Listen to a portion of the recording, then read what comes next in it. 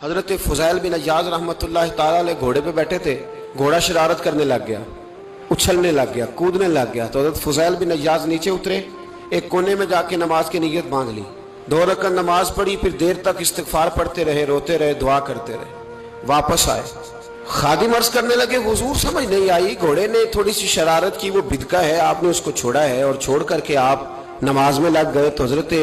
فضیل بن عیاض فرمانے لگے جب بندہ اللہ کی نافرمانی کرتا ہے نا تو جو چیزیں اس کی فرما بردار ہوتی ہیں وہ اس کی نافرمانی کرنے لگ جاتی، تو مجھے محسوس ہوا تھا کہ میں نے کہیں اللہ کی نافرمانی کی ہے، اس لیے ایسا ہوا ہے کہ میرے گھوڑے نے میری،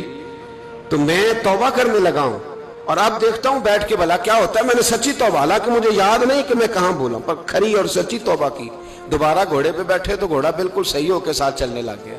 میرے بھائی یہ تنبیہ ہے اللہ کی طرف سے، یہ متنبہ کیا جاتا ہے کہ تو بعد آ جا۔